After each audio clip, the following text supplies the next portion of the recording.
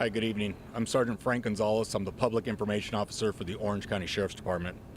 First, I want to thank you guys for your patience, for being out here, and our condolences go out to everybody that was affected in this event. It's a tragic event. We'll have two speakers giving an update tonight from the Orange County Sheriff's Department, Under Sheriff Jeff Halleck, and from the Orange County Fire Authority, Chief Brian Fennessy. They'll be answering questions after their remarks.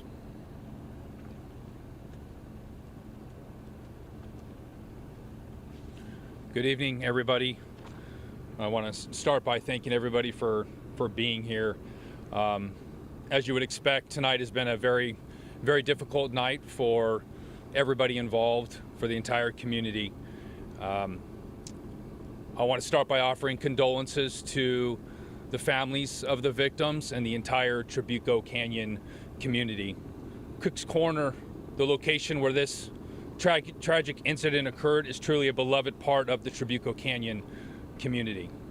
So a little bit of information about what happened. Tonight at about 7:04 p.m., deputies responded to multiple 911 calls of shots being fired at Cook's Corner. The caller stated that the male fired 4 to 6 shots. About 2 minutes later, at 7:06 p.m., deputies arrived on scene and dispatch could hear gunshots in the background. At 7:08 p.m., deputies then confronted a male subject that was armed with a gun. At that point, a deputy-involved shooting occurred, and that involved multiple deputies. At this point, the man believed to be involved in the shooting is deceased at the scene. At least one weapon has been recovered at the scene, and we have been made aware that the suspect may be retired law enforcement. We are working to confirm that information as we speak. I want to remind everyone that we are just 3 hours from the time that this shooting occurred. We still have a number of people, a number of witnesses that we need to interview, and we're going to be processing the scene throughout the night. So I ask that you be patient. We're trying to provide as much information as we can. But again, it's a very complex and detailed scene, and we have folks out there working throughout the night processing the scene. I want to thank our partners from the Orange County Fire Authority for their assistance and their response, and I want to thank also the Trauma Intervention Program who responded. They are a group of volunteers who respond and assist with many of our victims, families, witnesses, and those that experienced and observed this really tragic incident. I also want to thank our federal partners from the FBI and the ATF are here also assisting as needed. And at this point, I will turn it over to Chief Brian Fennessy to provide an update.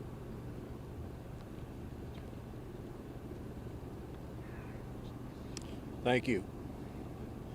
At 7:05 p.m., Orange County Fire Authority firefighters responded to assist the Orange County Sheriff's Department for a report of a shooting and immediately entered into unified command with the Orange County Sheriff's Department.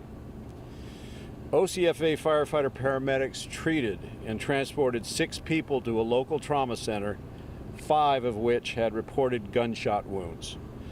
The other 4, or 2 of the 6 people we transported, are in critical condition. The other 4 are in stable condition. In addition, 4 people were pronounced deceased on scene by our firefighter paramedics. This tragic incident weighs heavy on our community and the first responders, and our hearts go out to all those involved. Thank you.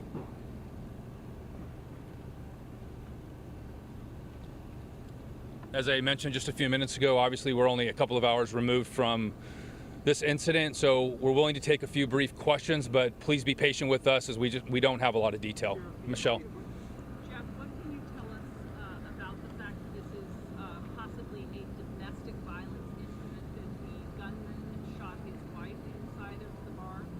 So the question was, is this possibly a domestic violence incident involving a male and a female subject? That's part of the ongoing investigation. Obviously, we're getting a lot of the same information, but as I mentioned, we have a number of witnesses that are down at Cook's Corner that are being interviewed now. So I think it's too early to confirm any of that information, but we're getting some of that same information, working to confirm it. Jeff, what can you tell us about the 4 people were killed? I'm sorry. What can you tell us about the 4 people that were killed? Were their ages and were they Women, men? The question was about the 4 that are deceased. I don't have any of the information. I don't know gender or age or any details at this point. Can you go into why you think that the shooter may have been former law enforcement, and that have you been in contact with the Ventura County Police Department or Ventura Police Department, and is it a former officer out there?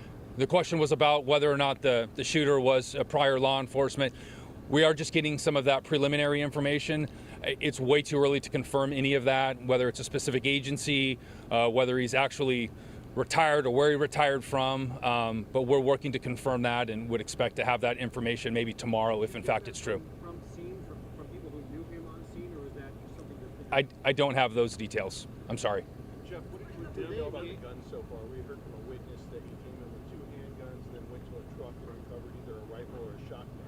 What can you tell us about the guns and the ammo?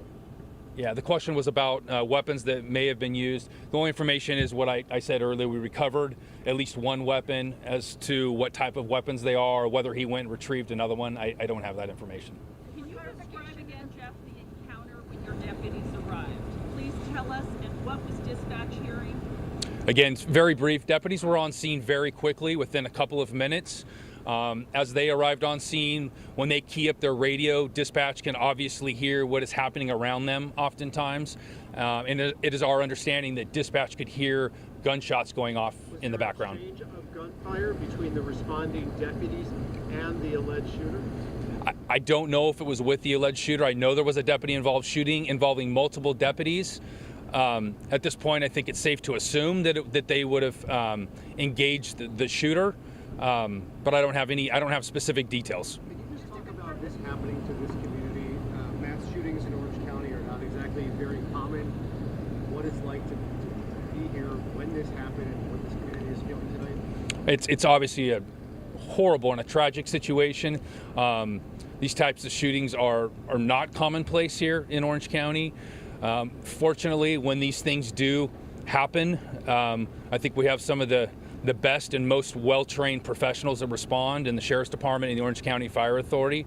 But as you mentioned, yes, it's an absolute tragic event and something that I know is probably weighing very heavy on the entire Trabuco Canyon community. Cook's Corner, I mean, it's a staple here in South Orange County, in this area of Orange County. So it's a significant thing. Jeff, do we have any indication of how many witnesses the detectives have now pulled aside to talk with to try to get a sequence of events? What happened? Why it happened? I'm hearing upwards of 30 to 40 witnesses, possibly. These are people who were not injured, not wounded in any way by what happened there. They just got out of the scene. That's my understanding, yes. So then, Jeff, When you how many guys went in to do this, what's your protocol on an active shooter? Is it arrest or is it neutralize the threat? Which way did it go? I don't want to get too much into that because I don't know the specifics of the incident, other than that there was somebody shooting.